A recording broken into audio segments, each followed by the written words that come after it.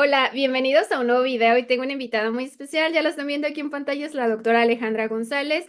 Ella es especialista en odontopediatría y ortopedia maxilar. Es también profesora de la Autónoma, speaker. Está en Guadalajara, Jalisco, México y la encuentras en Instagram como DRA.Alejandra González y en Facebook DRA igual Alejandra González. Bienvenida, doctora, ¿cómo estás? Muchas gracias, pues muy emocionada, Pau. De verdad, cuando recibí tu invitación, me dio mucho gusto porque pues cuando era estudiante de la licenciatura, por ahí veía tus videos en YouTube, entonces ahora estar de este lado, pues me hace bastante feliz. Qué genial, ¿no? Es un honor tenerte, doctora. Para los que no te conocen aún, platícanos un poquito de ti. Sí, pues soy Alejandra González, soy originaria, aunque ya tengo muchos años aquí en Guadalajara, soy originaria de León, Guanajuato. Tengo prácticamente aquí en Guadalajara 14 años, que son pues cuando desde que me vine a estudiar la licenciatura, tengo en la Universidad Autónoma de Guadalajara y ahí empecé a estudiar la licenciatura, hice mi servicio, la especialidad y pues ya me quedé a vivir aquí en Guadalajara. Es una ciudad que me gusta mucho, disfruto mucho mi profesión y así como disfruto mucho la profesión, pues también me gusta compartirla. Como mencionaste, pues soy docente también en la universidad, entonces los 14 años que tengo aquí en Guadalajara son los mismos que tengo en la universidad, pero ahora pues del otro lado como docente, y pues yo encantada de compartir lo que hacemos en la especialidad, de lo que se hace pues dentro de mi área y pues platicar de la odontopediatría y pues de la odontología en general. ¿Qué te hizo irte a odontopediatría? Fíjate que le dudé mucho. De por sí, la odontología, bueno, desde que elegí la carrera fue como al azar. O sea, no sabía exactamente qué estudiar. Yo digo que soy muy afortunada por el tema de que no todos tienen como la fortuna de hacer lo que les gusta. Aunque yo la elegí al azar, de verdad que me encanta. No veo mi vida sin ser odontóloga, ni mucho menos ser sin ser odontopediatra. Y yo creo que elegir odontopediatra también fue otra decisión al azar porque yo veía que tenía mucha facilidad, por ejemplo, para tratar con los niños, la ortopedia se me daba mucho, el doblado o el diseño de aparatos se me daba bastante bien, entonces eran como las habilidades que yo veía que tenía y que no se me dificultaban, entonces dije, bueno, vamos a intentarle en odontopediatría, y pues también fue una decisión así, a lo mejor no tan pensada, pero que al final me encanta, es lo que hago día a día y pues no veo mi día sin la odontopediatría. Sí, yo creo que la carrera es lo que uno ve, ¿no? Lo que se te facilita, lo que te gusta, lo Sí. que disfrutas más de todas las especialidades que vemos o que practicamos. Qué padre. ¿Y qué materias das en la autónoma? Fíjate que estoy en el área de posgrado. En posgrado imparto las materias teóricas de sedación y, por supuesto, de ortopedia. Y estoy en clínica también. En la clínica, por ejemplo, pues ya los alumnos como tal ven a los pacientes. Yo estoy en el área nuevamente de ortopedia, tanto teórico como práctico. Y también estoy un día en la licenciatura, en el área de infantil. O sea, todo es pues obviamente englobado a la odontopediatría. Y pues sí es algo que disfruto bastante en el área de la docencia. Yo digo, siempre es diferente. Puedo ir a clases, podemos de repente tener un foro, congresos, de repente presentaciones de tesis. Entonces, pues siempre estamos haciendo actividades diferentes, pero eso es como mis áreas específicas en la universidad. Y cambiar el ritmo, ¿no? A estar todo el día en el consultorio, a ya tener otras actividades. Sí, claro, o sea que es como muy, se mueve mucho, ¿no? Hacemos diferentes actividades y pues no me da tiempo de aburrirme, o sea, todos los días es algo diferente y con los alumnos pues siempre hay cosas nuevas, entonces aprendes mucho de ellos, aunque suene muy trillado, de verdad sí aprendes mucho de la docencia porque pues no lo sabemos todo, o sea, uno como docente no lo sabe todo, entonces de repente sí te hacen preguntas y tienes que estudiar y eso me gusta bastante. O ves otros puntos de vista que dices, ay, nunca lo había Sí, pensado de ese lado. exacto. Sí, está muy Ujú. interesante. Pues qué padre que Sí, hayas sí, sí. venido, doctora, aquí a compartirnos qué es lo que te gusta compartir tu conocimiento. Hoy nos traes un tema muy interesante, ¿verdad? Sí, sí, pues hablar de traumatismos dentales, fíjate que yo siempre pues ya he dado algunas veces esta conferencia, entonces les comento que no solamente a los odontopediatras nos competen los traumatismos, ¿no? Sino pues a todos los odontólogos en general. y pues sí he estado ahí estudiando varias pues cosas que me han llegado al consultorio, documentar algunos casos de traumatismos, entonces pues yo feliz de compartir y pues hablar de este tema. Que es algo que estamos expuestos todos, pero más los niños, Ujú. Sí, en las incidencias son más altos los niños, pero pues todos, o sea, ¿no? todos Sí, podemos todos. sufrir un traumatismo. Y hay que saber cómo identificarlos, diagnosticarlos y para poderlos tratar. Exacto, sí, a todos podemos tener pues cualquier tipo de traumatismos muy graves, muy complejos o muy sencillos, entonces saber que hay protocolos para cada uno de ellos. Para que se queden todos, van a aprender algo nuevo aquí con la doctora Alejandra González. Pues empecemos, doctora. Ya la doctora Paulina me había hecho el favor de presentarme, pues soy odontopediatra, entonces el tema de hoy es manejo clínico de traumatismos dentales, tanto en dentición temporal y permanente, porque aunque hay traumatismos que son muy sencillos y se tratan de la misma manera en las dos denticiones, de repente va a haber algunos otros traumatismos un poco más complicados y que pues se tienen que llevar distintos protocolos tanto para los dientes de lecho temporales y también para los dientes permanentes. Entonces, pues empezamos aquí desde el inicio. Les había comentado en la presentación que soy de León, Guanajuato.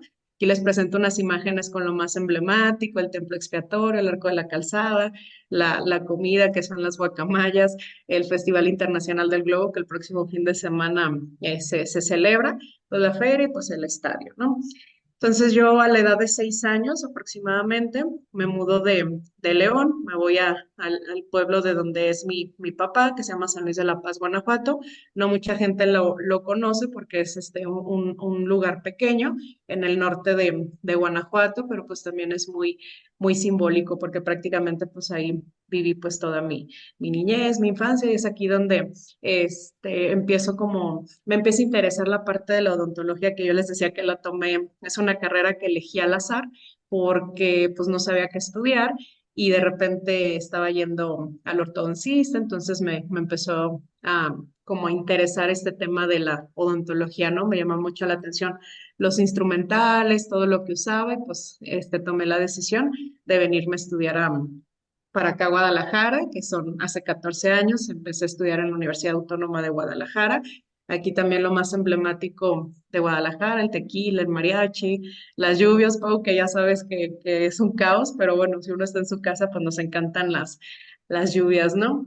Y pues como les comentaba, tengo pues esos 14 años viviendo aquí en Guadalajara, también en la Universidad Autónoma de Guadalajara, donde me desarrollo como docente aquí, mis alumnas que me pidieron el año pasado ser su madrina y pues lleva muchas recompensas, ¿no? Te digo que es algo que suena muy trillado, aprendes mucho también de los alumnos, te mantienes en constante actualización y pues todo el tiempo estamos haciendo actividades diferentes, entonces pues ya tengo bastantes años también en la docencia y pues es una de mis pasiones, pues compartir lo poco o mucho que llegas a aprender, me gusta bastante.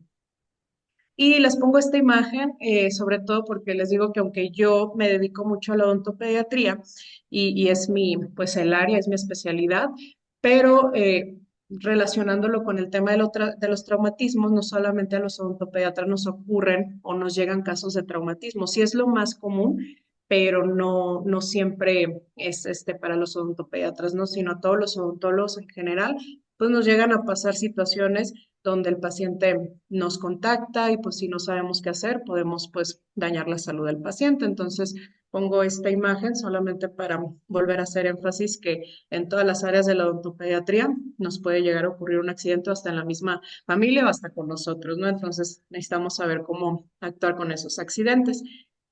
Y el manejo de los traumatismos tiene que ver mucho con la habilidad del profesional, o sea, qué habilidades tengamos para, si llegan a ocurrir estos traumatismos y estas habilidades, pues nosotros los vamos a pulir teniendo los conocimientos y sabiendo, pues, los protocolos a usar, ¿no? Y otra de las cosas difíciles que cuando tenemos algún accidente como estos que nos llaman y tenemos que, pues, tratarlo es también saber tratar la fragilidad emocional del paciente. Nos pasa un poco más aquí, sí, en este caso a los odontopediatras, porque normalmente un paciente que se accidenta, pues no va a estar muy contento, a lo mejor pues viene asustado, viene con dolor, entonces todavía pues el paciente tiene cambios emocionales, ¿no? Pero pues también puede pasar en los adultos. Cuando tenemos situaciones adversas, es difícil pues para nosotros incluso controlarlo si llegamos a tener pues ese tipo de adversidades, ¿no? Entonces, dentro de los traumatismos vamos a tener diferentes daños. Se da pues por un impacto agresivo que puede llegar a dañar nuestros tejidos duros o los tejidos blandos. Los tejidos duros pues son los dientes, los alveolos, los maxilares, la articulación temporomandibular. Y aquí, por ejemplo, los tejidos blandos, el ligamento periodontal, labios y carrillos y lengua. Entonces, dependiendo obviamente cómo es el traumatismo, pues vamos a tener que actuar de una u de otra manera. La incidencia, como ya lo habíamos mencionado, sí es mucho más frecuente que los niños sean los que se accidentan por temas de la coordinación, del desarrollo motriz de los pacientes, más o menos en la incidencia como más alta de accidentes en niños es entre del del primer año, perdón, a los 4 años, porque pues no miden a veces ciertas como consecuencias, el tema de que no tienen una coordinación motriz completamente desarrollada, pues llegan a caerse, están en la bici, a lo mejor gateando, a lo mejor están enseñándose a caminar, entonces pueden tener como este riesgo más alto de traumatismos. Y también entre los 8 a 10 años, porque es cuando normalmente los pacientes empiezan a practicar un poco más de deportes, ¿no? Que van al fútbol, que van a natación o a gimnasia, entonces es donde ocurre un poquito más frecuente los traumatismos. En adultos, obviamente también es frecuente, pero por ejemplo, ahí las causas pueden llegar a ser porque tuvieron algún accidente vial, o sea, algún accidente, por ejemplo, en bicicleta, en motocicleta, en el transporte o en el coche, algún accidente automovilístico, o también peleas, ¿no? Eso también llega a ocurrir. Muchas veces los traumatismos en adultos, pues es porque tuvieron ahí algún percance, alguna pelea y por eso sufrieron el traumatismo.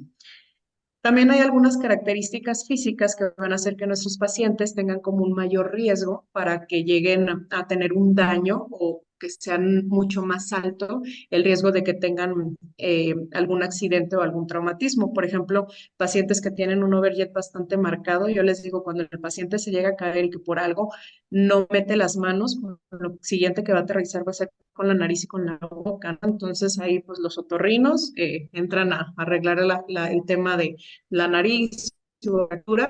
Para nosotros, si tenemos un paciente con un overjet súper marcado, pues lo primero que va a aterrizar van a ser los dientes. Entonces, por ejemplo, este paciente que se ve en la imagen, pues llega a tener bastantes afectaciones en los dientes frontales. Y también de repente algunas otras características físicas, pues pacientes que tengan alguna capacidad diferente o pacientes que tienen sobrepeso, también llegan a tener pues con mayor incidencia estos traumatismos. Para el tema de los traumatismos dentales, para hacer un buen diagnóstico tenemos que realizar una buena observación clínica y esta observación clínica complementarla con un examen radiográfico, porque muchas veces lo que vemos no va a ser un todo, ¿no? A veces el paciente llega a tener algún traumatismo y debemos de corroborar con las radiografías porque posiblemente en la parte que nosotros vemos del diente no fue tanto el daño, pero posiblemente en el hueso o en estructuras internas, pues el daño fue mayor, entonces tenemos que corroborar. También la fotografía clínica, más adelante en algunas diapositivas vamos a ver el por qué hay que tomar pues, todas estas otras pruebas de diagnóstico. Un ATAC en algunos casos, que es la tomografía axial computarizada, también realizar pruebas de sensibilidad y pruebas de vitalidad. En la observación clínica, lo que nosotros tenemos que fijarnos son los tejidos afectados, que por ejemplo pueden llegar a tener daño a los tejidos duros, los tejidos blandos, y también determinar la gravedad y la extensión que sufrieron los tejidos, ¿no? Porque a veces, aunque queramos hacer algún tratamiento, pues en específico, posiblemente por la gravedad que fue del accidente derivado del paciente, pues no vamos a poder realizar ningún procedimiento, aunque sí lo tengamos previsto porque posiblemente la gravedad y la extensión de las lesiones pues fueron mayores. Otra de las cosas bien importantes son también la observación clínica, pero de todo el estado de salud físico del paciente, porque no tenemos solamente que enfocarnos en cuál fue el daño de los tejidos orales, sino también de todo el estado de salud del paciente. A veces llegan a tener golpes en la cabeza, si se llegaron a caer pues de alguna superficie alta o de la bici, posiblemente tuvieron algún golpe en el cráneo, entonces tenemos que nosotros determinar si es más importante que primero vayan a una revisión con el médico y pues los dientes pasan a un segundo plano. Dentro del examen radiográfico también aconsejamos que se tomen radiografías en varias angulaciones, porque a veces la radiografía comúnmente pues no nos va a mostrar todo el daño que tuvo el paciente, sino es recomendable que tomemos radiografías desde en una angulación mesial, una angulación distal, para poder determinar si hubo alguna fractura o el daño tuvo el diente, perdón, tuvo algún daño en estas zonas o en estas áreas. Y también realizar radiografías de seguimiento, porque estas radiografías de seguimiento a lo mejor ahorita el paciente viene en un buen estado, vimos que no tuvo algún daño, pero yo en el consultorio siempre les comento a los papás de los pacientes que los dientes que se golpean son dientes que siempre tenemos que mantener en seguimiento porque en cualquier momento pueden mostrar alguna complicación y más adelante les voy a comentar las posibles complicaciones que puedan llegar a sufrir los dientes que son traumatizados. También radiografías de varios dientes, porque si el paciente llega a tener algún golpe, no solamente es como que se llegue a golpear los dientes de adelante, sino a veces puede ser los caninos, los laterales, incluso de repente a mí en el consultorio no me ha pasado, pero sí me ha llegado a tocar, escuchar o ver en algunos artículos golpes en los dientes posteriores, ¿no? Si a lo mejor el traumatismo fue de lado, pudo llegar a tener algún pues traumatismo en los molares o premolares en este caso. En las fotografías clínicas es bien importante tomar las fotografías porque tenemos que realizar una monitorización dental, ver si hay cambios de color, si el diente se giró, si sigue avanzando el tratamiento, hacer un control del periodonto, de cómo está cicatrizando, también como documentación legal, porque a veces pues llegamos a tener ciertos desacuerdos con los pacientes, entonces nos sirve como para tener un respaldo legal para registrar los cambios de coloración, como se los había mencionado, y en los casos de reposición o reerupción espontánea, por ejemplo, si el diente llega a introducirse dentro del alveolo, ver cómo si es que ese diente va poco a poco bajando o si llegó a desplazarse de su lugar, si se fue acomodando poco a poco. La TAC la vamos a indicar en casos de fracturas o casos de traumatismos muy complejos, por ejemplo, las fracturas radiculares y coronarradiculares, en los casos de fracturas alveolares y también en algunos casos de la luxación lateral, para poder determinar, sobre todo si fueron dientes temporales, si no llegaron a dañar el diente permanente. Y las pruebas de sensibilidad muchas veces las hacemos con el EndoEyes, que es un cloruro de etilo que pues normalmente nosotros usamos comúnmente en nuestra práctica diaria. Las pruebas de sensibilidad se realizan eléctricas o con frío, que es el caso del EndoEyes, y las pruebas de sensibilidad nos ayudan a evaluar la respuesta nerviosa y no tanto el flujo sanguíneo que tiene el diente. Deben de ser realizadas al inicio y pues en cada cita de revisión que tengamos con el paciente para estar evaluando si el diente sigue vital, si el estado pulpar no cambió, si no, pues también el tratamiento pulpar va a cambiar. Las pruebas de vitalidad se realizan con pulsioximetría, que fue muy común el uso del pulsioxímetro ahora que fue lo de la pandemia, pues esta maquinita que nos ponen en el dedo para medir la oxigenación es parecido. Se usan este tipo de aparatos también en los dientes porque evalúan el flujo sanguíneo y no la respuesta nerviosa. Nada más aquí su uso es muy limitado porque no tenemos tantos pulsioxímetros como por ejemplo para el tamaño del diente, o sea, ahorita apenas están pues haciendo modificaciones de estos aparatos pues para que pueda ser específico para el diente y así poder evaluarle las pruebas de vitalidad. Debemos de hacer también una anamnesis muy completa del traumatismo, dónde fue que ocurrieron los hechos, para nosotros, pues, poder determinar si estuvo como más en contacto el diente, por ejemplo, en la tierra o cuál fue la contaminación que llega a tener. También dónde ocurrió, porque de esta manera nosotros podemos entrevistar a los papás o si fue, por ejemplo, en la escuela, pues a las maestras o con quien estaba acompañado el paciente. Obviamente, si también fue un paciente adulto, pues a él directamente le podemos preguntar. Otra de las cosas que tenemos que preguntar que es muy importante es el medio de conservación de los dientes. En el caso que se haya caído uno de los dientes o que se haya avulsionado, o sea, que se haya salido completamente el diente, podemos nosotros determinar si fue conservado en alguna sustancia o realmente así solito lo mantuvieron. Entonces, eso es muy importante para determinar pues el pronóstico del diente. También el tiempo transcurrido, porque a mí me ha tocado varias veces que llegan los papás de los pacientes con traumatismos que ocurrieron hace un año, hace 2 años y apenas están dando complicaciones. Entonces hay veces que es muy inmediato, te hablan en cuanto ocurre el traumatismo, pero a veces pues espera no adecuada, entonces posiblemente ya vieron que el paciente sufrió un daño, se golpeó, pero no pasó nada y posiblemente las complicaciones aparecen después. Y también pues quién acompañaba al paciente para ver a quién entrevistamos y a quién le hacemos la anamnesis. Entonces, dentro del pronóstico del tratamiento, va a depender, como les había mencionado, mucho de la habilidad del profesional y que nosotros determinemos pues, los protocolos para cada uno de los traumatismos. También qué tan rápido hacemos el tratamiento después de que sufrió el traumatismo, la gravedad, porque a veces, pues aunque queramos hacer milagros, también la gravedad de las lesiones que sufrió nuestro paciente, pues no van a ser como las adecuadas para hacer un buen tratamiento. Seguimiento y control clínico, o sea, que los pacientes sí estén comprometidos con hacer un control clínico y también que sigan las indicaciones. Y pues obviamente una atención integral, porque con respecto a la atención integral podemos comunicarnos con otras especialidades, por ejemplo, con endodoncia, con cirugía maxilofacial, con ortodoncia o prostodoncia, para realizar un manejo completo del paciente.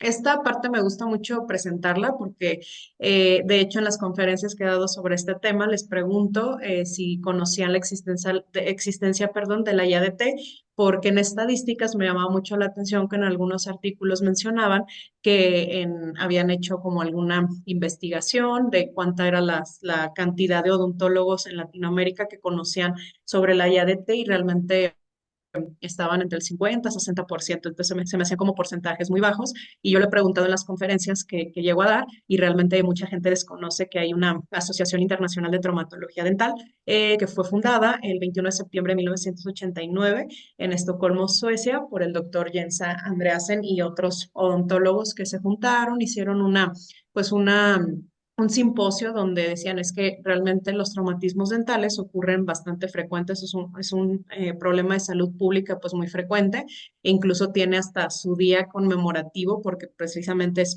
una situación que ocurre muy frecuentemente, que es el 21 de septiembre, se considera como el Día Internacional del Trauma Dental y Oral.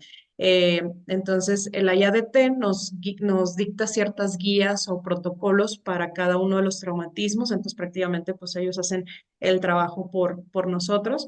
Aquí pues pueden escanear este código QR nos va a llevar a la página de la IADT, porque la IADT desarrolla un sitio web que tiene una parte para profesionales y para pacientes con ciertos protocolos para actuar de los diferentes traumatismos que llegamos a tener en consulta, ¿no?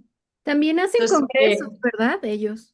sí, sí, sí, sí, congresos, investigaciones, revistas. Entonces, si nosotros nos metemos hacia el sitio web, si escanamos el código QR o ponemos el link anterior, nos va a aparecer esto en la pantalla donde tiene dos opciones para profesionales y para pacientes.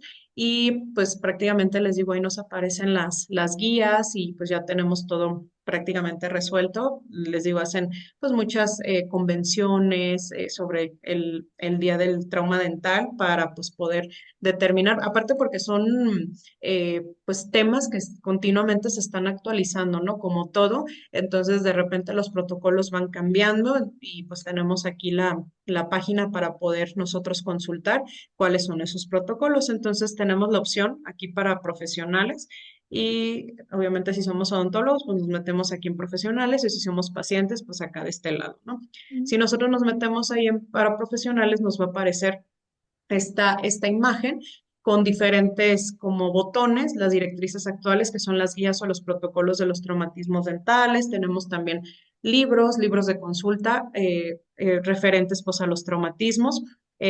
Diente SOS, que ahorita les voy a hablar sobre la aplicación, ahorita que nosotros pues estamos en estas épocas que todo es por medio de aplicaciones e internet, tenemos la aplicación, si no tenemos a la mano una compu, pues nos podemos meter a la aplicación, la revista donde continuamente están colocando pues artículos, perdón, o investigaciones acerca de traumatología dental.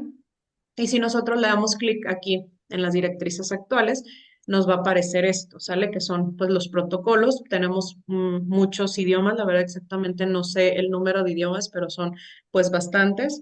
Aquí pues obviamente lo metí como en español. Si escaneamos este código, nos van a aparecer la guía de traumatismos dentales que fue creada por el Hospital Universitario de Copenhague y la IADT en 2001, pero les digo que continuamente están haciendo actualizaciones de estas guías dependiendo de las investigaciones que están realizando. Entonces, nos va a aparecer también esto, lo de la aplicación, el diente SOS, que es como una pues forma de hacerlo un poco más fácil con la app que está perdón, disponible en App Store o en Google Play, dependiendo si tenemos sistema iOS o Android. Y fue creada en 2018 también por la IADT y está disponible pues en estos dos sistemas operativos para si llegamos a tener, hay algún paciente con algún traumatismo, podemos entrar y poner el posible traumatismo que llegó a sufrir nuestro paciente y pues que nos vaya guiando con los protocolos. Pero por lo pronto pues vamos a hablar de esos protocolos, ¿no? Porque todos los traumatismos tienen clasificación. Entonces, primero se van a clasificar en las lesiones de los tejidos duros y la pulpa dental, lesiones de los tejidos periodontales, lesiones del hueso de soporte y lesiones de la mucosa oral. Ahorita nos vamos a enfocar en los tejidos, perdón, en los traumatismos que dañan los tejidos duros con la pulpa dental y las lesiones de los tejidos periodontales. Entonces, las lesiones que llegan a dañar los tejidos duros y la pulpa dental van a ser lesiones que van a presentar un daño en el esmalte, en la dentina, en la raíz y puede ser que también en la pulpa dental.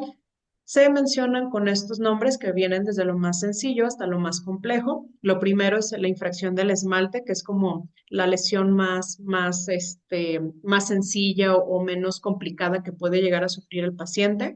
Luego una fractura del esmalte, fractura coronaria no complicada, fractura coronaria complicada, fractura corono-radicular no complicada y fractura corono-radicular complicada. Y luego, por último, una fractura radicular. Vamos a ir hablando poco a poco cada una de estas lesiones, qué daños llegan a tener y aparte cómo las vamos a solucionar.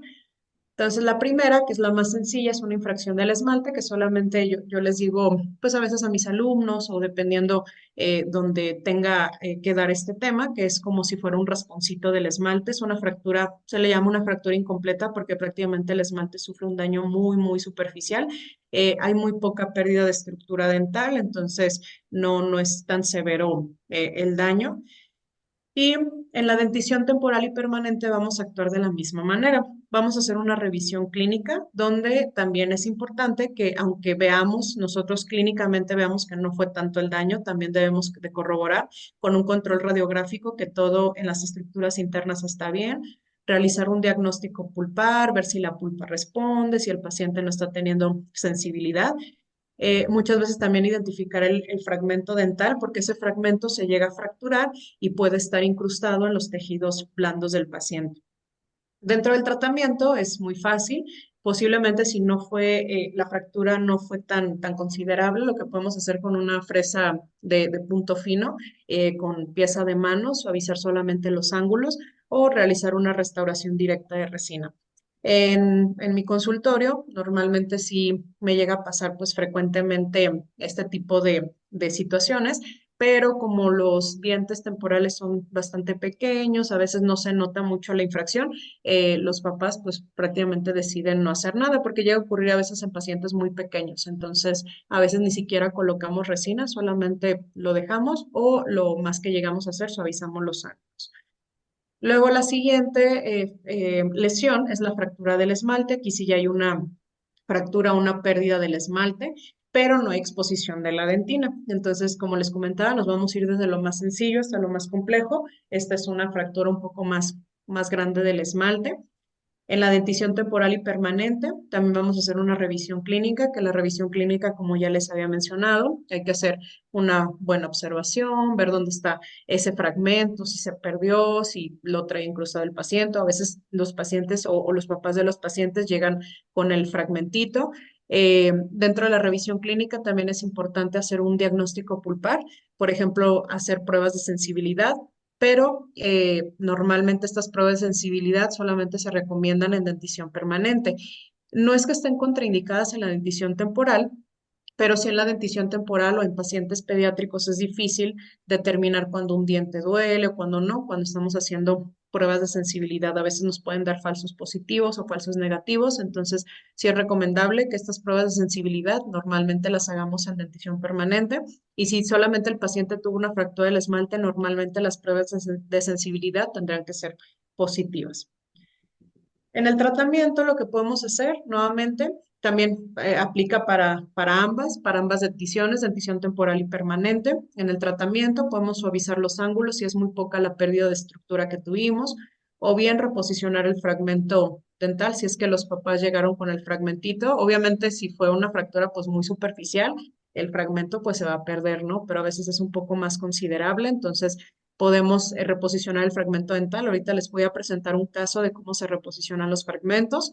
O la otra, si ese fragmento no se encontró, realizar una restauración directa de resina y pues un control pulpar por lo menos a las 6 a 8 semanas, ver que todo siga en orden, y después anuales durante por lo menos 5 años para determinar que no hubo ningún cambio, y ya después de 5 años, pues solamente dejarlo a consideración del paciente, o en el caso que presente sintomatología, pues ya puede acudir con nosotros. Entonces tenemos este caso donde el paciente sufre una fractura del esmalte solamente, y como si era un poco evidente y querían los papás arreglar la estética del paciente, pues se colocó una restauración directa de resina en los bordes incisales en esta dentición temporal. Prácticamente ahí pues no hubiera aplicado tanto suavizar los ángulos o dejarlo así, porque estéticamente pues hubiéramos comprometido al paciente, pero se colocó la resina directa. Ahora vamos a la siguiente lesión, que es una fractura coronaria no complicada. Aquí quiere decir que se fractura el esmalte, la dentina, pero la pulpa no está expuesta. Entonces, eso es bien importante determinar, que cuando estamos hablando de lesiones no complicadas, no estamos teniendo exposición pulpar, y cuando ya hablamos de lesiones complicadas es cuando hay exposición pulpar. Entonces, una fractura coronaria no complicada, también en la dentición temporal y permanente, obviamente tenemos que hacer nuestra misma revisión clínica. Pruebas de sensibilidad también tendrán que estar positivas, y posiblemente podemos agregar las pruebas de percusión, pero también tanto las pruebas de sensibilidad y las de percusión, nuevamente por las razones anteriores que les mencionaba, se indican solamente en dentición permanente, nuevamente porque podemos pues tener falsos negativos o positivos.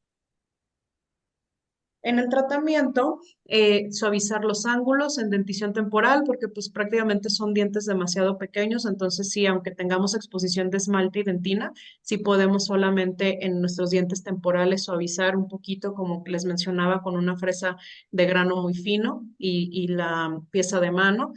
Dependiendo de qué tan cerca estamos nosotros del paquete vasculonervioso, podemos considerar poner un recubrimiento pulpar indirecto, porque sí es de repente común que lleguemos a tener sensibilidad porque esa fractura estuvo cerca del el paquete vasculonervioso. Otra de las cosas que podemos hacer, reposicionar el fragmento dental. Ahorita vamos a ver el caso que les mencionaba. Colocar una restauración directa de resina y pues realizar nuestro control pulpar a largo plazo. Entonces, para nosotros realizar reposición de fragmentos dentales, lo primero que tenemos que hacer es identificar el fragmento. Ver que ese fragmento realmente sí esté, por así decirlo, vital, porque les digo que me ha tocado que a veces llegan pacientes que sufrieron algún traumatismo hace un año, hace 2 años, y llegan con el fragmento, como que apenas se acordaron, y obviamente pues ese fragmento ya no nos sirve, ¿no? Entre mayor tiempo pase cualquier como tejido dental, entre mayor tiempo pase más fuera de boca, pues va a ser difícil que ese fragmento se vuelva a adherir, ¿no? Porque pues se va se va deshidratando, se me fue la palabra, perdón, se va deshidratando, entonces pues va a comprometer la adhesión. Entonces, si ese fragmento estuvo por lo menos pues una hora aproximadamente fuera de boca, lo podemos adherir al diente que está en boca. Debemos de mantener, mientras nosotros estamos haciendo pues toda la anamnesis, la revisión, las radiografías, mantener el fragmento hidratado en suero fisiológico. Vamos a aislar muy bien a nuestro paciente, hacer nuestro protocolo adhesivo. El protocolo adhesivo se refiere pues a colocar el ácido grabador, colocar nuestro adhesivo. De repente a lo mejor también si queremos añadir el paso del hipoclorito, desproteinizar, etcétera, pues realizar todo el protocolo adhesivo. Tanto se hace la adhesión al diente y también al fragmento. Se puede unir con resina. Esta resina pues puede ser una resina pesada o resina fluida y tratar de situar el fragmento lo más anatómicamente posible para que quede pues lo más bonito y lo más encajado, o sea, que sea como un rompecabezas, que sí se vuelva a unir. Después fotopolimerizar y al último pues terminar de pulir, ¿no? Entonces tenemos este caso de una fractura coronaria no complicada, aquí no hubo exposición pulpar, está prácticamente pues el incisivo central casi partido a la mitad. Aquí está.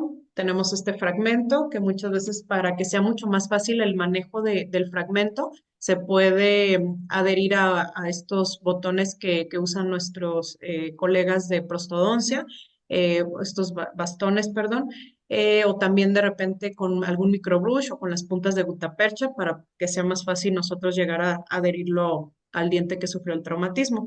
Entonces hacemos todo nuestro, bueno, el aislamiento, dependiendo si al paciente, pues también a veces hay que anestesiar, si está teniendo molestia, verificar qué tan cerca está de la pulpa para considerar colocar algún recubrimiento pulpar indirecto. Y de ahí, pues ya que hicimos todo nuestro protocolo de adhesión, adherir el diente con una resina, ¿no? Ahí se ven los bordecitos, terminar de pulirlo, hacer nuestro pulido y pues así es como se adhieren los fragmentos, ¿no? Luego, la otra lesión, que les digo, vamos escalando en nivel de complejidad, es la fractura coronaria complicada, que aquí sí ya hay una fractura del esmalte, la dentina, y la pulpa está expuesta. A mí me llegó este pacientito, me parece que tenía como unos 4 años, y pues era evidente el dolor aquí, no se alcanza a apreciar muy bien. Hubiera sido mejor una foto por Palatino, digo, no, nada más le alcancé a tomar esa foto porque pues ya se imaginan también la conducta del paciente. O sea, se portó muy bien en el tratamiento, pero era mucho el dolor, entonces pues obviamente le di prioridad al tema del dolor y más que nada porque sí había pues esta ligera exposición pulpar, ¿no? Entonces, en la dentición temporal y permanente lo manejamos igual, revisión clínica. Eh, en el control radiográfico lo que nosotros tenemos que fijarnos es identificar cuánto es el grado de exposición pulpar y también identificar la formación radicular, si es un diente que ya está maduro, que es un diente que está inmaduro, como para poder determinar si tenemos que hacer algún procedimiento endodóntico, pues ver si ya es posible realizar la endodoncia o posiblemente hacer apicoformación para si no tenía todavía el ápice cerrado, ¿no? Entonces, vamos a tener dos como formas de tratar la fractura coronaria complicada. Una, el tratamiento endodóntico, que si tenemos una pulpa vital, o sea, tenemos la pulpa expuesta, ¿no? Entonces, si la pulpa está vital, o sea, si acaba de ocurrir esa fractura coronaria complicada, lo que podemos hacer es colocar un recubrimiento pulpar directo o hacer una pulpotomía de Sveig. Esa pulpotomía se le llama pulpotomía parcial, donde la técnica consiste en que si el paciente llegó a tener alguna exposición pulpar, pues muy inmediata, solamente vamos a tener que retirar de donde está la exposición, aproximadamente 2, 3 milímetros por debajo de esa exposición, o sea, tenemos que quitar ese tejido pulpar, unos 2 milímetros por debajo de donde se hizo la exposición y colocar pues un material biocerámico, ¿no? Que usan en endodoncia, por ejemplo, algún biodentín o teracal, para realizar ya un recubrimiento pulpar directo y pues no tener que hacer toda la endodoncia completa, ¿no? Porque prácticamente pues fue muy poco el tejido que se expuso al medio oral, entonces solamente pues se puede realizar esta pulpotomía parcial. Eh, si la pulpa no está vital por algo, a lo mejor no se le dio atención al paciente y esa pulpa murió, pues se realiza la endodoncia, ¿no? Y luego, una vez que ya hicimos todo nuestro tratamiento endodóntico, vamos a pasar al tratamiento restaurador. Entonces, el del tratamiento restaurador, pues puede ser lo mismo, ¿no? Añadir resina directa o algún reposición del fragmento. Por ejemplo, tenemos este otro caso donde hubo una exposición pulpar también, una fractura coronaria complicada y se hace una pulpotomía de Sveig, donde les digo que es una pulpotomía parcial. Solamente se retiran 2 milímetros por debajo de la fractura, 2 milímetros por debajo y se desinfecta muy bien y se coloca un material biocerámico, ¿no? Aquí está el fragmento dental, es el que se adhiere con el protocolo que anteriormente ya les había mencionado. También vamos a tener lesiones de los tejidos periodontales. Es muy común que vayan acompañados, ¿no? Una lesión de los tejidos duros y aparte lesión de los tejidos periodontales. También vamos a ir desde lo más sencillo hasta lo más complejo. Estos daños o estas lesiones pues incluyen daños en el periodonto, ¿no? Entonces son la confusión, subluxación, luxación intrusiva, luxación extrusiva, luxación lateral y pues la temida abulsión. Entonces vamos a empezar con lo más sencillo. La concusión es la lesión más mínima de los tejidos blandos. Aquí no hay desplazamiento ni movilidad dentaria, solamente hubo como un pequeño daño en los tejidos periodontales del paciente.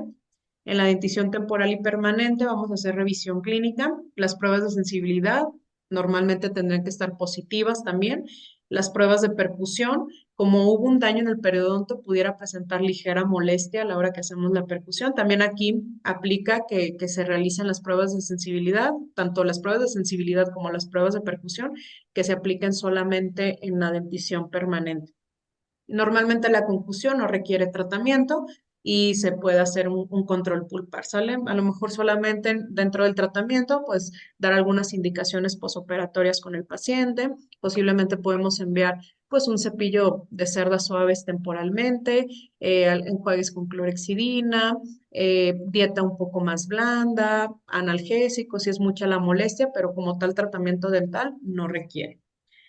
Luego la siguiente lesión se le llama subluxación. Es una lesión de los tejidos también blandos con ligera movilidad, pero aquí no hay desplazamiento del diente. También a mí me llegó este paciente, les digo, pues llega a haber lesión en el diente, hay una ligera fractura de los tejidos duros. Aquí está pues el moretón que se hizo después del golpe. El labio también está dañado. Ahorita vamos a ver cuál es tratamientos tenemos tanto o qué medicamentos para si hay lesiones en el tejido, en la mucosa y como tal en la piel. Entonces aquí el diente, si nosotros lo movemos, pues va a tener una movilidad más considerable que un diente normal, pero no está desplazado, o sea, no está ni hacia vestibular, ni hacia los lados, hacia los lados, ni hacia palatino.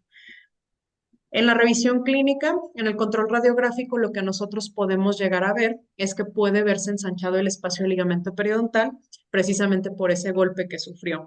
Las pruebas de sensibilidad, como hubo un ligero movimiento del diente, pudieran ser negativas transitoriamente, entonces tenemos que estar continuamente revisando que esas pruebas de sensibilidad paulatinamente se vuelvan positivas, pero si están negativas, pues ya pudiéramos pensar en hacer algún tratamiento endodontico, ¿no?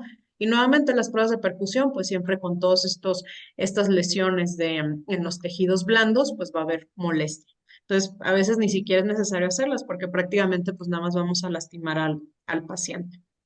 En el tratamiento también no requiere tratamiento porque les digo, prácticamente hay un poco de movilidad, no hay desplazamiento del diente, pero sí hay mucha movilidad, o sea, si la movilidad sería pues prácticamente hacia un grado 2 grado 3 tendremos que descartar, obviamente, pues que hubo alguna fractura del hueso alveolar, pero también si no hubo ninguna afectación, podemos considerar realizar ferulización por 2 semanas y estar realizando continuamente nuestro control pulpar, darle cita al paciente a las 2 a 4 semanas para valorar cómo está nuestra férula y ya considerar si ya la retiramos, si ya disminuyó esa movilidad que tenía el paciente, pues podemos considerar retirar la férula.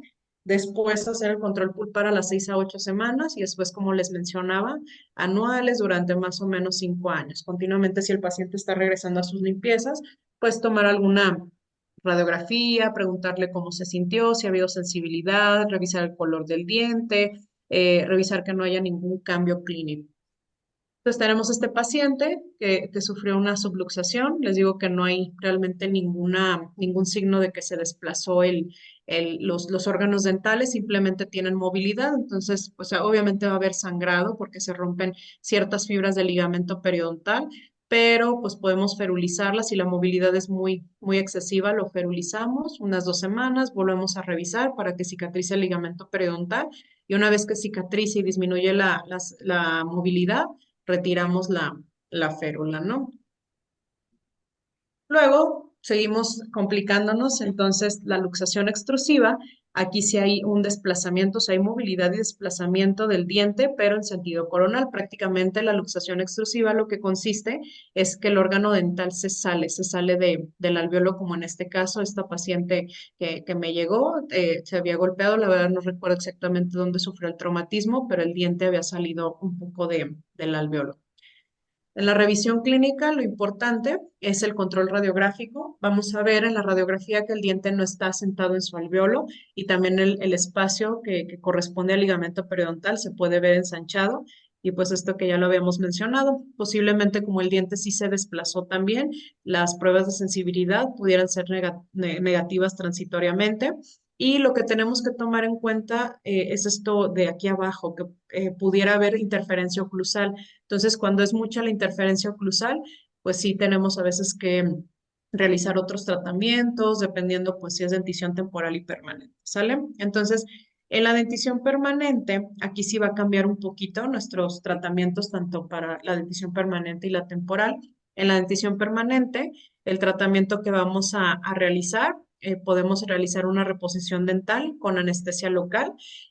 Previamente, pues anestesiamos al paciente y reposicionamos el diente y realizamos una ferulización también por 2 a 4 semanas. Ahorita hablamos de las férulas también. Y un control pulpar, si son dientes inmaduros, normalmente, o sea, dientes que no tienen el ápice cerrado, va a ocurrir la revascularización. Pero si son dientes maduros, pues tienen un pronóstico un poco más reservado. O sea, dientes maduros hablamos de dientes que ya tienen un ápice cerrado. Entonces, en dientes maduros es común que llegue a ocurrir necrosis pulpar y si hay necrosis pulpar, pues nos vamos a ir por la endodoncia. Esto con respecto a la dentición permanente. Si tenemos una dentición temporal, pues vamos a hablar de otro tipo de tratamiento. Si, por ejemplo, este fue mi caso en la foto que les presentaba de esta paciente que me llegó, no tenía interferencia oclusal ni nada, así dejé el diente, solamente le di pues analgésico, un gel para poder reparar el tejido periodontal, un gel con clorexidina, perdón, y como no tenía interferencia oclusal, yo dejé así a la paciente y ocurrió una reposición espontánea. Pero en los casos que hay extrusiones menores a 3 milímetros y que posiblemente si hay un contacto prematuro porque el diente se salió del alveolo, podemos hacer una reposición dental. Previamente anestesiamos y colocamos férula. Y ya si es una extrusión muy severa en la dentición temporal, lo que vamos a hacer, pues nos vamos a ir por la extracción, porque si puede pues estar interfiriendo en la oclusión, entonces pues vamos a terminar extrayendo ese diente, ¿no? Entonces aquí tengo nuevamente el caso que les digo de mi paciente. Yo decidí no hacer nada, nada más esperar. La paciente no tenía ningún otro daño y lamentablemente no tengo el seguimiento de esta paciente, pero nada más lo único que me mandó fue una radiografía panorámica unos días después y el diente se iba reposicionando, ¿no? O sea, prácticamente pues acá en esta fotografía estaba bastante extruido y se fue reposicionando. Entonces, pues prácticamente sí, decidimos no hacer nada, las mismas fibras del tejido periodontal sí tienen cierta memoria, entonces tienden a volver a reposicionarse los órganos dentales. Tenemos también este caso donde hay como una extrusión, perdón, de los órganos dentales, el 11 y el 21. Lo que hacemos es que previamente anestesiamos, llegamos a reposicionar los dientes a donde están. Les digo que aquí se ve pues el espacio del ligamento periodontal donde fueron desalojados o desplazados esos dientes, se reposicionan, se ferulizan y después de la ferulización, pues prácticamente cuando ya cicatrizó el ligamento periodontal, se retira la férula y pues tienen un buen pronóstico estos pacientes.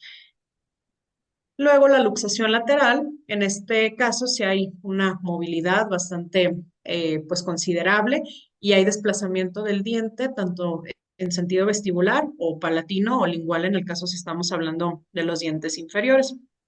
La revisión clínica va a ser bien importante que en la radiografía nosotros determinemos si no hay fractura del hueso alveolar, como el diente, una parte se desplaza hacia coronal y la otra hacia palatino o viceversa, muchas veces llegan a presentar fractura del hueso alveolar, entonces va a ser bien importante que determinemos si no hay esta fractura, ¿no? Está afectado el espacio del ligamento periodontal. Si en el caso que llegáramos a hacer por algo pruebas de percusión, el sonido que llegan a presentar estas pruebas de percusión se escucha muy un sonido fuerte como si estuvieran quilosado por esa pérdida del espacio del ligamento periodontal. Y también, igual como en la luxación extrusiva, puede haber interferencia oclusal. En la dentición permanente, aquí también va a cambiar un poco el tratamiento en la dentición permanente y en la dentición temporal. En la dentición permanente, el tratamiento también tenemos que reposicionar y ferulizar. En el control pulpar, porque muchas veces como son dientes que se desplazan mucho, llegan a tener pues complicaciones a nivel pulpar. Entonces, en dientes inmaduros, nuevamente les menciono, son los que tienen un mejor pronóstico porque ocurre la revascularización y en dientes maduros, pues normalmente si llegan a tener necrosis pulpar, vamos a irnos por una endodoncia. Y en la dentición temporal, el tratamiento, si no tiene interferencia oclusal, vamos a esperar también reposición espontánea. Si hay una interferencia oclusal menor, podemos hacer un ligero desgaste para que no esté habiendo un contacto prematuro, o sea, hacemos un pequeño desgaste de la superficie dental. Si hay una interferencia oclusal mayor, tenemos que reposicionar con férula posterior. Y si hay un desplazamiento muy severo, pues también vamos a optar por la extracción después de este desplazamiento que sufrió el paciente. La luxación intrusiva, estos casos es muy común también y sobre todo tenemos que hacer un diagnóstico diferencial muy importante que es con la abulsión, que es el siguiente tema, porque prácticamente pues aquí con una radiografía nosotros tenemos que determinar que el diente está o verificar que el diente está desplazado hacia la parte apical, prácticamente pues el diente está incluido dentro del alveolo, ¿no? Entonces, en el control radiográfico, lo importante que tenemos nosotros que determinar es que no haya fractura del hueso alveolar por ese desplazamiento que hubo hacia apical del diente y pues también puede estar ausente en la parte apical del espacio periodontal. Muy bien. En la dentición permanente podemos hacer un tratamiento de reposición con dientes inmaduros y dientes maduros. Van a llevar un protocolo, ahorita vemos un poquito de eso. Y el tratamiento pulpar, normalmente en casi todos los casos se va a necrosar. Entonces, si se necrosa, ya dijimos que vamos a pasar a hacer endodoncia. El tratamiento de reposición para los dientes permanentes lo vamos a tratar de la siguiente manera. Entonces, si tenemos dientes inmaduros, que son los que dijimos que tenemos un buen pronóstico, vamos a permitir que solito haga una reerupción, o sea, que solito el diente vaya bajando. Y si no hay movimientos, así realmente pasó un mes o 4 semanas y ese diente no sale, hay que hacer una reposición ortodóntica en dientes inmaduros, ¿sale? Y si son dientes maduros, por ejemplo, si tenemos una intrusión de 3 milímetros, o si el diente está introducido en el alveolo alrededor de 3 milímetros, también hay que tratar de permitir que el diente solito reerupcione. Si hay una intrusión de 3 a 7 milímetros, que ya es mucho mayor, hay que hacer una reposición ortodóntica o quirúrgica por medio pues, de un botón por brackets. Tratamos de traccionar el diente para obligarlo pues, de cierta manera o volverlo a reposicionar o prácticamente obligarlo a bajar. Y si hay una intrusión mayor a 7 milímetros, hacer una reposición quirúrgica, porque prácticamente pues, el diente está demasiado adentro del alveolo, entonces muchas veces tiene que hacer procedimiento quirúrgico, hacer algún colgajo y bajar el diente. En la dentición temporal, les digo, siempre vamos a hacer un poco como más, ¿cómo se dice? Como vamos a hacer tratamientos un poco más, no complejos, sino como más radicales, por así decirlo, porque pues ahí no podemos hacer como tracciones o quirúrgico, a veces por el comportamiento de los pacientes, entonces vamos a hacer un poco más radicales. Entonces, lo ideal es que esperemos que el diente se reposicione, que solito trate de bajar del alveolo cuando está impactando el germen del permanente, que es el que más nos interesa, o sea, que realmente el diente temporal no haya dañado el germen del permanente, pero cuando sí está impactando, tenemos que hacer la extracción de ese diente. Y pues el último caso o la última lesión, que son pues las que más nos asustan a los odontólogos, que son las avulsiones. Entonces, este es un desplazamiento completo del diente fuera de su alveolo. Aquí el diente completamente pues se sale, no está. Entonces, a mí me llegó este caso de esta paciente, tenía como un año y la mamá me decía que el diente estaba dentro, ¿no? O sea, que la niña se había caído. También exactamente no recuerdo dónde sufrió la caída, pero que se había caído y que el diente estaba dentro. Entonces tomamos la radiografía y corroboramos que solamente pues había un central, o sea, en este caso estaba aquí el 21, el 11 era el que se había perdido y pues estaba ya aquí erupcionando el 12, tomamos radiografías, corroboramos que solamente había pues tres incisivos, el 11, como les mencionaba, se había salido, entonces pues a la señora le dijimos, o sea, no era que el diente se había introducido en el alveolo, sino se había salido del alveolo y pues obviamente pues no se dieron ni cuenta, ¿no? Dónde quedó el diente.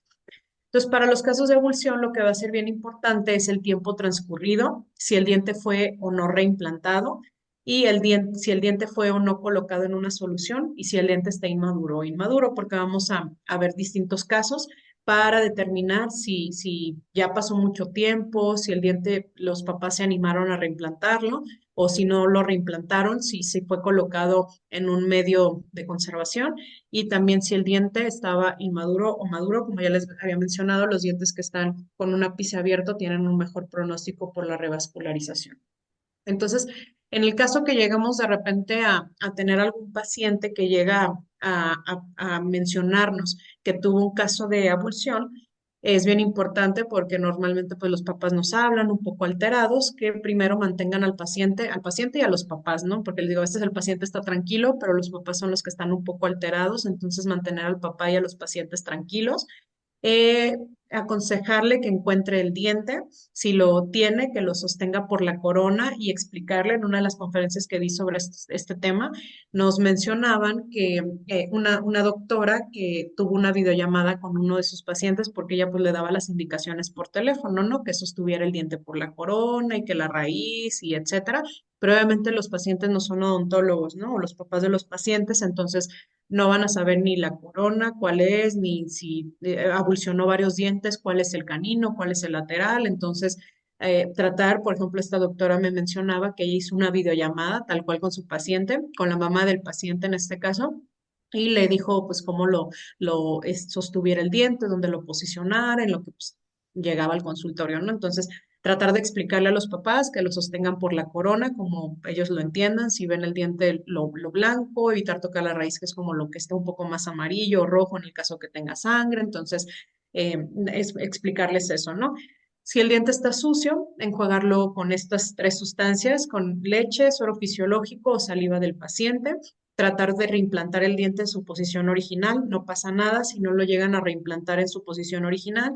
Nos mencionan los artículos que tenemos todavía algunas 24 horas para poderlo cambiar, porque les digo, puede ser que lo de palatino, el papá lo ponga hacia vestibular o que el lateral lo ponga en el lado del canino, dependiendo cómo haya sido el golpe, ¿no? Pero bueno, si lo reposicionó, que esté mordiendo una gasa, y si no es posible reimplantarlo porque por algo no pudieron, les dio miedo, la conducta del paciente no era la adecuada, pues tratar de colocar el diente en una solución anterior para que se mantengan estables las fibras del ligamento periodontal y pues el diente tenga un mejor pronóstico, pues acudir inmediatamente con alguno de nosotros. Entonces aquí ya vamos a ver nada más los casos de abulsión, cómo se febolizan y listo, ¿sale? Entonces, en la dentición temporal es bien importante considerar que los casos de abulsión, primero tenemos en la radiografía nosotros que corroborar que el diente no está en el alveolo y evaluar si el diente permanente no fue desplazado, ¿sale? Porque pudiera también tener un daño. En el tratamiento no se reimplantan los dientes temporales por el riesgo de que podemos dañar el germen del diente permanente y lo otro es que porque estos dientes, como pierden gran parte del ligamento periodontal, tienen mucho riesgo de anquilosis. Entonces, por esas dos razones no se reimplantan, pero justo hace como un mes fui a dar una conferencia a Guanajuato y uno de los doctores me mencionaba que él, dentro de que no sabía realmente todos los protocolos, un día había reimplantado unos dientes temporales y los había ferulizado y todo bien, y los dientes se habían reabsorbido como un diente normal, un diente temporal normal. Entonces también digo, hay casos donde le digo, hubiera sido importante documentarlo y todo, pero normalmente lo que nos dicen los protocolos es que los dientes temporales no se reimplantan. Y si tenemos ahora, los dientes permanentes, ahí sí vamos a reimplantarlos. Y, por ejemplo, vamos a ver el primer caso, que es un diente permanente maduro y reimplantado. Tenemos que limpiar muy bien nuestra área, desinfectar todo el área, porque normalmente el paciente pues va a venir con mucha pues sangre, a veces si se cayó, pues posiblemente con tierra. Entonces, tenemos que verificar y limpiar muy bien nuestra área de trabajo, verificar si en el caso que los papás se animaron a reimplantarlo, verificar la posición del diente, tanto clínica y radiográficamente, ferulizarlo, luego suturar lesiones gingivales en el caso que las haya, considerar un protocolo de antibiótico y la vacuna antitetánica, dependiendo del esquema de vacunas del paciente, y realizar la endodoncia a los 7 a 10 días, porque les digo, como es un diente que prácticamente se desconectó del paquete vasculonervioso, si es necesario realizar la endodoncia en un diente maduro, ¿sale? Cuando ya el lápiz está cerrado, hay que hacer la endodoncia. Ahora tenemos el siguiente caso, que es un diente permanente maduro, o sea, ya el ápice está cerrado, pero no fue reimplantado. Por alguna razón los papás no pudieron, no se animaron, entonces tenemos que lavar el diente con chorro de suero fisiológico. Es bien importante que solamente el diente dejemos caerle ligeramente el chorro del suero fisiológico, que no lo tallemos porque estamos tratando de mantener las fibras del ligamento periodontal y mantenerlo hidratado, como les mencionaba en el protocolo de cómo reposicionamos los fragmentos dentales, hay que estarlo manteniendo hidratado con suero fisiológico, agua bidestilada o la misma saliva del paciente. El punto es que el diente se está hidratando. Anestesiamos al paciente, reimplantamos nosotros con una suave presión digital, verificamos que esté bien posicionado, lo ferulizamos, pensamos en un protocolo de antibiótico y vacunas y después considerar agendar realizar la endodoncia, o en algunos artículos me parece muy interesante que como tienes tú el diente, a veces algunos protocolos es que teniendo el diente afuera de boca se hacía la endodoncia. Entonces, eh, antes de reimplantar el diente, como prácticamente pues tú lo tienes afuera como para no batallar con la endodoncia, haces primero la endodoncia y luego ya después reimplantas el diente. Entonces eso me pareció como muy interesante, ¿no? De hacer los tratamientos de endodoncia fuera de boca. Tenemos los siguientes, el siguiente caso, que es un diente permanente inmaduro, o sea, quiere decir que el ápice no está cerrado y que fue reimplantado. Yo creo que este es el escenario ideal, o sea, un diente que tiene el ápice abierto porque se va a revascularizar y que fue reimplantado. Entonces, este sería como nuestro escenario ideal. Lamentablemente, no todos los pacientes pues llegan en estas condiciones. Hay que limpiar muy bien toda la zona a trabajar, verificar que sí, los papás lo reimplantaron bien, perulizarlo, suturar lesiones si es que las hay, nuestro protocolo de antibiótico y esperar solamente observar si ocurre la revascularización. Ya si no ocurre la revascularización, realizar apicoformación o endodoncia como tal. Luego el otro caso, que es el último, es un diente permanente que es inmaduro también, o sea, el ápice no está cerrado y no fue reimplantado. También tiene un buen pronóstico porque es un diente que no tiene el ápice cerrado y se va a revascularizar. Entonces lavamos el diente en el chorro del suero fisiológico, lo mantenemos hidratado, anestesiamos muy bien, reimplantamos el diente con suave presión digital, verificamos que esté bien colocado, perulizamos, le damos antibiótico y posiblemente la vacuna antitetánica. Seguimos observando si ocurre la revascularización. Ya si no ocurre, pues hacemos aplicoformación o endodoncia. Y para los casos de ferulización, esto aplica para los casos de luxaciones o de avulsiones, va a ser necesario que usemos férulas pasivas y flexibles porque los dientes sí tienen cierta movilidad, entonces es bien importante que tengan esa movilidad fisiológica para que el ligamento periodontal pueda cicatrizar. Tenemos diferentes tipos de férulas. Prácticamente, pues hay muchas pues, formas de hacerlo. Hay férulas que incluso ya nos venden en el depósito dental, prefabricadas, pero a veces este tipo de situaciones sabemos que no siempre nos agarran preparados, entonces pues lo más ideal es tratar de realizarlo con alambres, alambres de lo más flexibles que se pueda y protocolos adhesivos, pues todos tenemos ácido grabador, adhesivo, resina fluida en el consultorio, entonces lo podemos hacer con estos alambres, alambre coaxial hasta 0.016 pulgadas o punto 4 de diámetro, o nylon de hilo de caña de pescar de punto 13 a punto 25 milímetros, pero les digo, de repente ha habido algunos doctores que me platican algunos protocolos o ortodoncistas donde tenían a lo mejor alambres más de calibre más grueso, entonces bueno, con lo que tengamos en el consultorio es mejor hacer una ferulización, pero sí tratar de que los alambres sean lo más flexibles posibles para que sea una mejor cicatrización del ligamento periodontal. Aquí en este caso, Ah, doctora, ¿podemos usar también fibras o no? sí, sí, sí, sí, sí, porque eso de hecho sí me lo han preguntado bastante, sí está indicado hacer uso de férulas de fibras. Ah, ok. Sí, sin problema. Sí.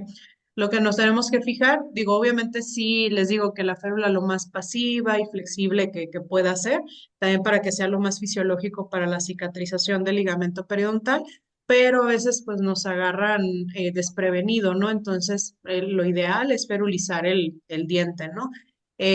Nos aconsejan mucho que se haga con alambres pues trenzados, como coaxial o, por ejemplo, arcos NITI, que son como muy flexibles, pero también, pues, si tenemos, por ejemplo, férulas de fibra, se puede hacer sin problema. Lo único que hay que cuidar, pues, es los dientes que vamos a ferulizar, que sean los dientes dañados y dientes contiguos, como dice aquí en esta imagen, dientes que son adyacentes, perdón, porque pues tenemos los dientes que se están moviendo, entonces también estamos dientes que estén rígidos para que ayuden a cicatrizar el ligamento periodontal. Pero sí, sin problema se pueden usar las férulas de fibras. Porque en veces lo que tenemos en el cónsul, ¿no? Que en veces no tenemos Sí, alambres o algo y pues lo que uno sí, tenga. sí, claro, o sea, eso, por ejemplo, el que va a estar siempre con alambres, pues va a ser el ortodoncista, pero estos casos no nada más le van a llegar al ortodoncista, sino a Sí, veces al prostodoncista, y si tienen las férulas o las fibras de vidrio, también se pueden usar. Sí, súper. Sí. perfecto. Y lo que sí tenemos que cuidar, pongo estas imágenes porque son, o sea, tomadas del internet de todo lo que no se tiene que hacer, ¿no? Entonces, la férula se debe colocar por vestibular, sobre todo porque, como les mencionaba, muchos de estos dientes, como van a tener un tratamiento endodóntico posterior, es necesario pues que dejemos la parte palatina o lingual pues libre para realizar el acceso endodóntico, en el caso que sí requieran un tratamiento endodóntico.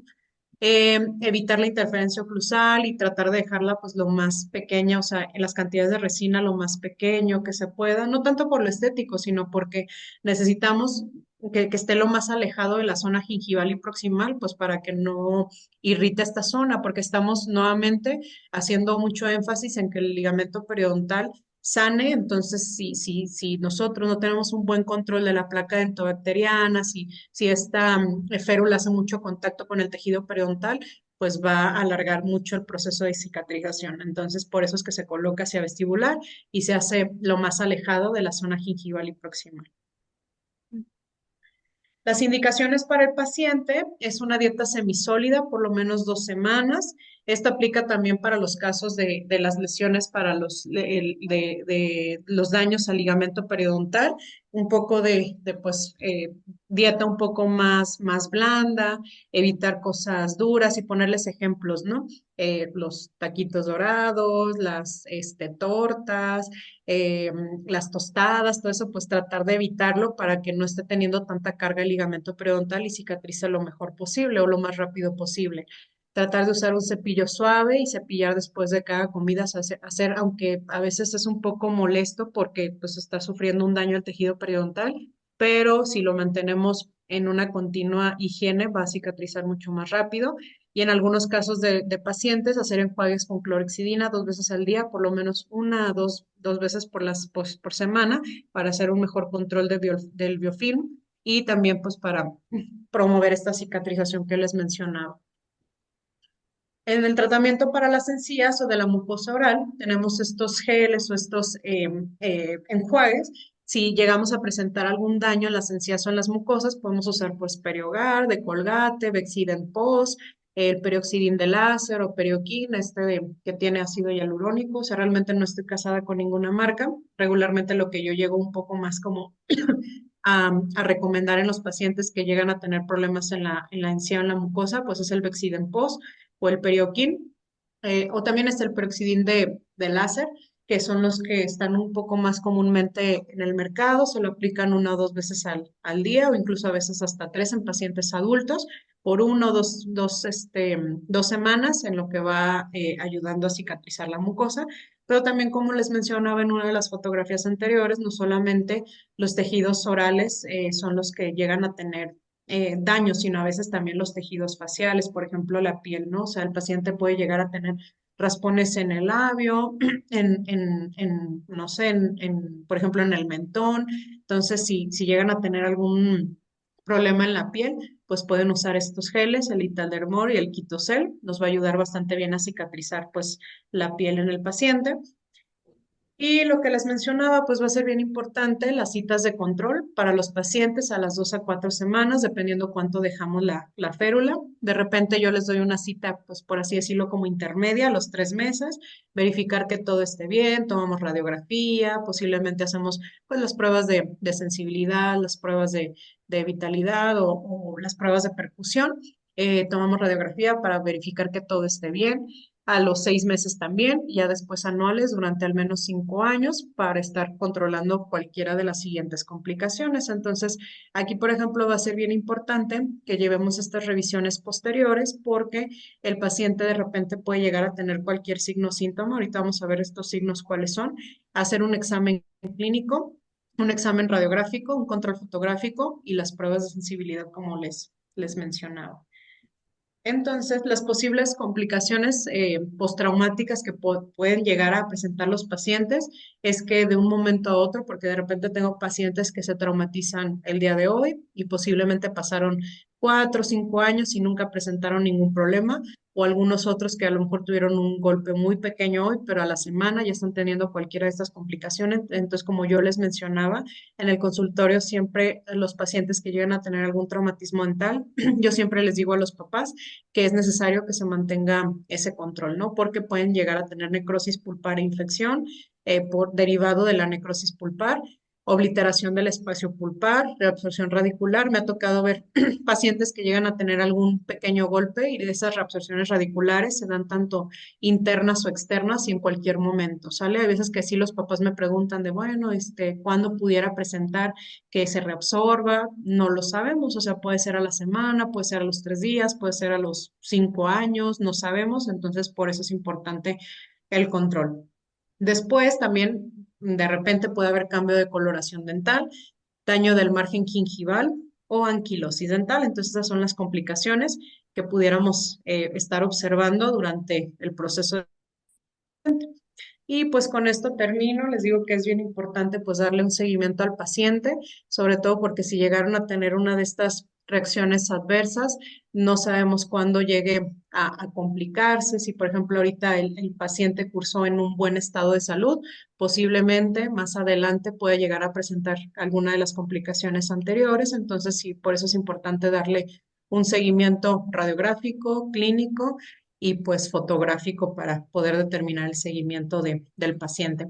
Esas son mis redes sociales, de todos si tienen alguna duda, con todo gusto les puedo pasar las guías. Si no funcionan los códigos QR, me pueden escribir, aquí está mi correo, están mis redes y con todo gusto se las hago llegar, sobre todo porque pues nadie estamos exentos de que nos pase esta situación a nosotros mismos o a nuestros pacientes y para saber cómo actuar en cada uno de los casos de traumatismos dentales. Y pues muchas gracias, Pau. De verdad me dio mucho gusto estar el día de hoy aquí contigo. Pues muchísimas gracias, doctora Alejandra, por venir a compartirnos esta guía que nos trajiste esta guía tan completa de traumatismos dentales, de cómo actuar, cómo hacer ese seguimiento en cada uno de los traumatismos, desde algo muy sencillo hasta algo muy complejo como la abulsión. Te agradezco, nos va a servir a todos los odontólogos que están viendo, todos los estudiantes. Te agradezco Sí. mucho. sigan en sus redes sociales, aquí están su Instagram y su Facebook. Pueden ahí contactarla. También pueden dejar alguna duda o pregunta aquí en la caja de comentarios del video. Y también si te quieren derivar algún paciente, doctora, y estás tú en la zona de Guadalajara, ¿verdad? Sí, sí, me encuentro en la colonia Jardines del Bosque. Creo que todos ubican el Hotel Riu. Me encuentro a unas 3 cuadras del Hotel Riu. Con todo gusto, derivar un paciente. Mi área, pues, es la odontopediatra. También de repente veo alguno que otro paciente adulto, pero mi área es la odontopediatría. Y también, si tienen alguna duda con algún manejo de algún paciente, aquí están mis redes y con todo gusto les puedo ayudar al manejo, el protocolo. Eh, de verdad estoy abierta a ayudarles y a colaborar con más colegas. Y también para derivarte o algún paciente que quiera hacer alguna cita, también en tus redes, ¿verdad? Sí, sí, sí, sí. También en mis redes me pueden ahí contactar y ya, de ahí los derivamos para hacerles la cita. Pues muchísimas gracias, doctora Ale, por venir aquí a compartir un poco de todo todo tu conocimiento y todo lo que sabes has aprendido en estos años de experiencia y de docente. Te agradezco mucho. Gracias a todos los que nos estuvieron viendo. Dejen su like, su suscripción y corran rápido a seguir a la doctora a todas sus redes sociales. Te mando un abrazo, doctora. Muchas gracias. Igualmente, Pau, ahí seguimos en contacto. Y Sí, gracias a ti por la invitación y esta oportunidad. gracias. Aquí eres bienvenida siempre. Vayan a seguirla, dejen su like, su suscripción y nos vemos en un próximo video. También dudas, preguntas las pueden dejar aquí en la caja de comentarios. Vamos a tratar de estarlas contestando y nos vemos en un próximo video. Adiós.